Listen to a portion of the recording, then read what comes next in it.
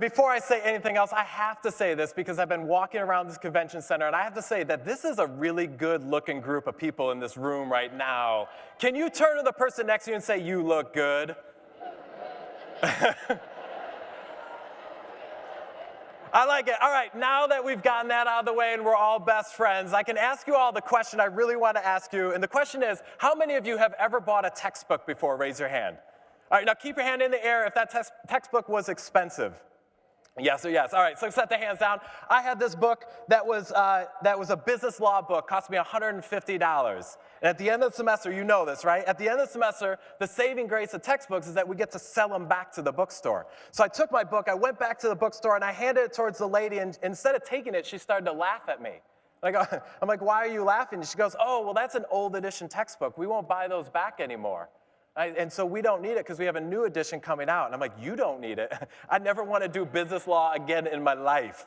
But I knew, and I was frustrated because I was out $150. So I started walking back, and I passed by the computer lab. And so I went into the computer lab, and I looked online to see how much this textbook was selling for on Amazon. And I noticed it was selling for $75. So I listed my book on Amazon. I went to a class. I came back an hour later, logged into my email, and it said, "You've got mail." And sure enough, in 1 hour, my book sold for $75. I thought to myself, I was like, "Holy smokes, this is great. I just made $75. But then I started to think about it. Wait a second, that class that I'm in, they all have that same old edition textbook that they're gonna go to the bookstore, she's gonna laugh at them, but they're not gonna think to sell it online." Because one of the things I discovered about college students is that most college students think that college is car to class, class to class, class back to car. And that's their entire college experience. One thing I learned as a student leader is that college is all about car to all these activities, to getting involved on campus, to hanging out in the provost's office, to talking to the staff after class, and then eventually back to class, and then eventually back to the car or my room. And so in that space, I said, I bet they're not going to think to sell it online. So the next day, I walk in front of the class, and I'm like, "Hey, everyone, my name's Tom, and I know you have these old edition textbooks that you can't sell back. And because I'm so giving of my time, my energy, and my money, I'm willing to buy all your books for $35 a piece." What do you think they said?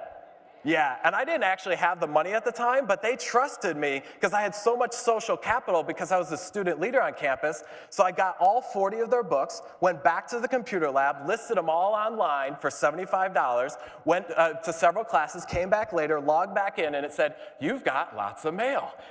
And sure enough, every single book sold for $75. And I thought to myself, "Holy smokes, I'm not eating ramen noodles tonight. I'm going all out. It is a Taco Bell night tonight."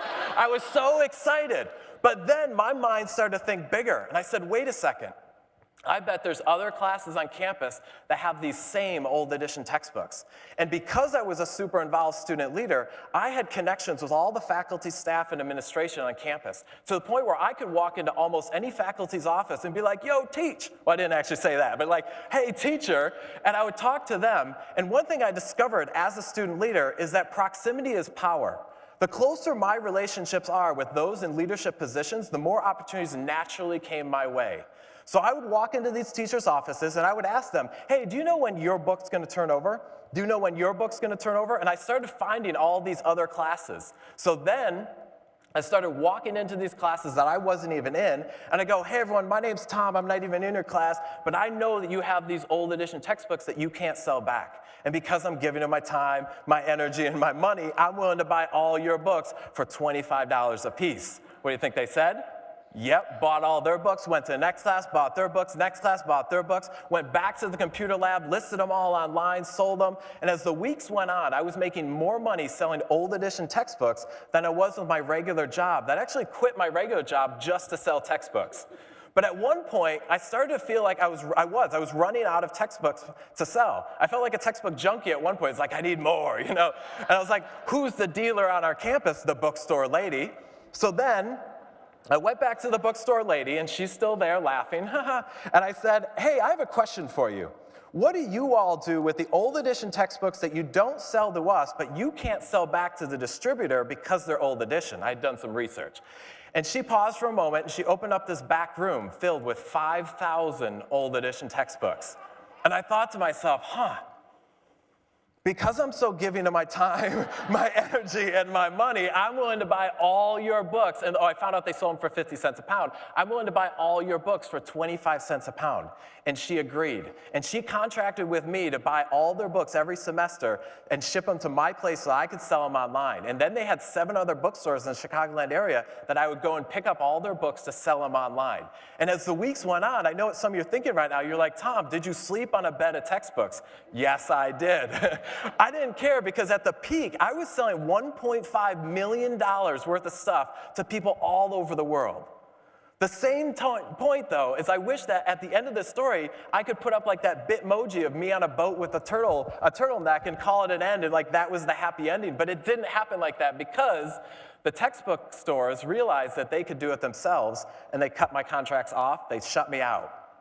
And I went from this to this. And I remember at the moment that with being a student leader, there were moments where I was so frustrated. And just out of curiosity, how many of you have ever hosted an event, you put a ton of energy into it, and then the day of the event shows up and hardly any students show up? Raise your hand.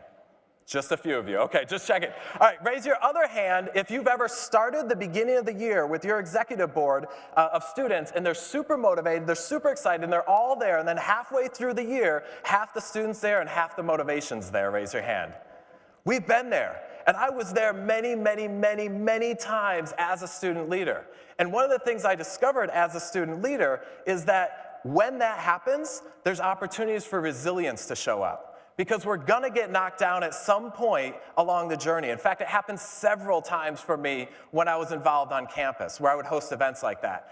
And so I said, now this is a chance though, to do what I truly, truly, truly want to do, and that's become a professional speaker. And I was so excited because this speaker came to my campus named Patrick Combs. Some of you may know him. Came to my campus, and after the speech, I walked up to him and I said, Patrick, I want to do absolutely what you're doing right now. And he looked at me and said, Tom, that's awesome. Just so you know, 99.9% of students who say that never follow up. Well, I'm going to be part of that 1%. I mean, not that 1%, the one that actually does something and follows up. And so I did, and I followed up with him, and he said, well, Tom, the first thing you have to do is you have to go to one of these activities conferences. And so I did. I had a class at night, and I drove from Chicago, where I grew up, all the way down to Atlanta, where the conference was at. And I'm there in Atlanta, and I arrive at 7 o'clock a.m. And my first session starts at 8. Now, I couldn't get into the room at the hotel, and so what I did is I freshened up in the hotel lobby. Well, not in the lobby, in the hotel lobby bathroom. I wasn't like getting naked in the lobby, awkward. And so I show up, and I go into the hotel lobby, I change, and I go to my ed session room.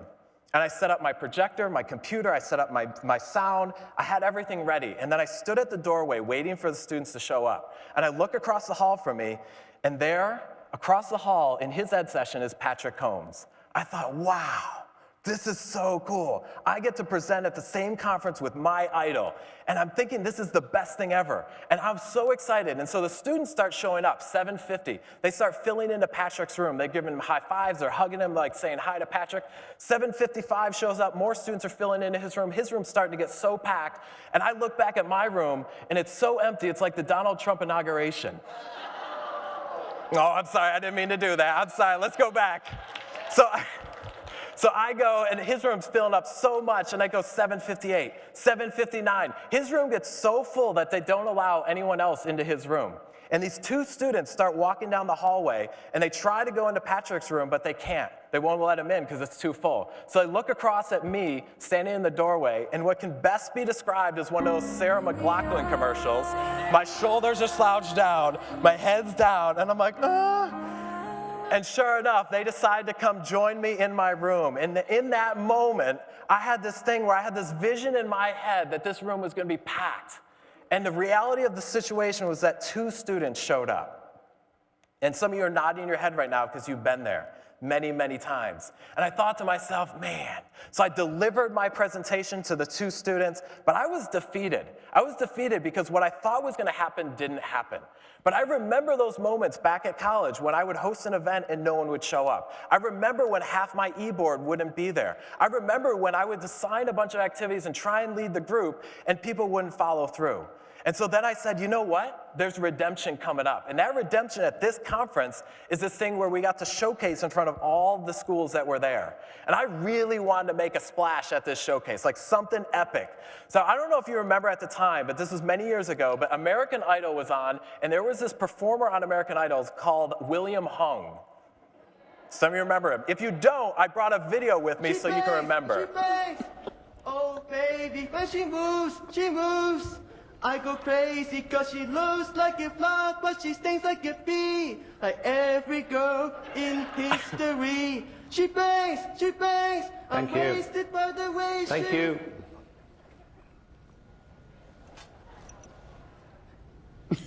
You can't sing, you can't dance, so what do you want me to say?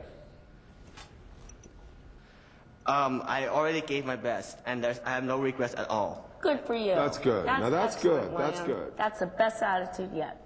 And, you know, I have no professional training of singing No. or dancing, so... Well, there's the surprise of the century. So I said to myself, Tom, this is your epic moment to shine. So I asked the tech crew, I said, hey, can you shut all the lights off and have a spotlight on me, and I'm going to impersonate William Hung in front of the entire crowd of 700 people. Lights go on, I get on stage, she bangs, and I remember it felt like I was at the Apollo because people booed me literally off stage. It was such a bad move. And so I walk off stage, and I was thinking to myself, this dream, this passion that I had to want to become a speaker was just falling flat every single effort I took towards it.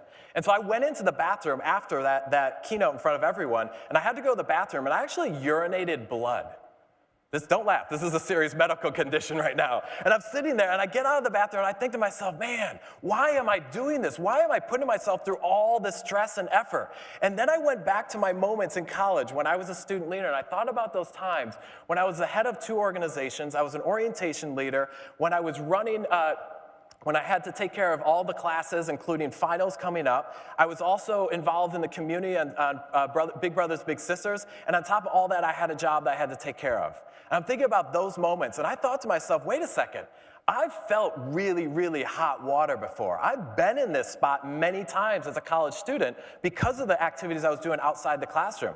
I got this. So I put that resilience cap on, and I started to go to work, because I remember the best way we got students to show up at our event was by building relationships with all the students on our campus. So I started walking around to everyone I possibly could. I'm like, hey, my name's Tom, would you come to my session come up? My name's Tom, come to my session.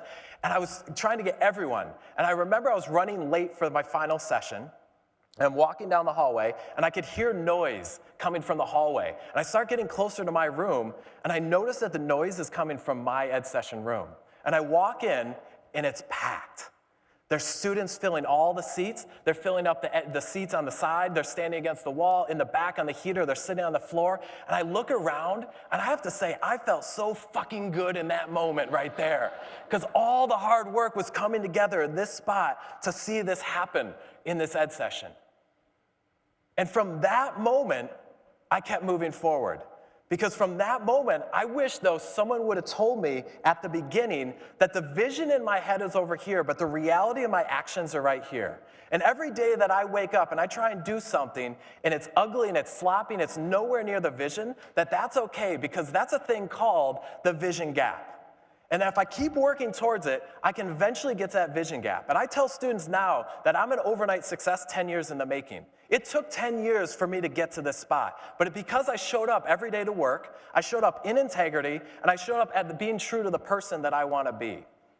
And now I go around, and I've spoken at many of your schools and even gotten to speak around the world. And now at the end of my sessions, students come up to me, and they're like, Tom, I love what you do. I want to do what you do. And I look at them, and I say, awesome. Just so you know, 99.9% of students never follow up. But you know who does follow up every single time? The student leaders. The ones who are fully involved in the co-curricular space. And I stand here today as a living, breathing testament to the value of the co-curricular space.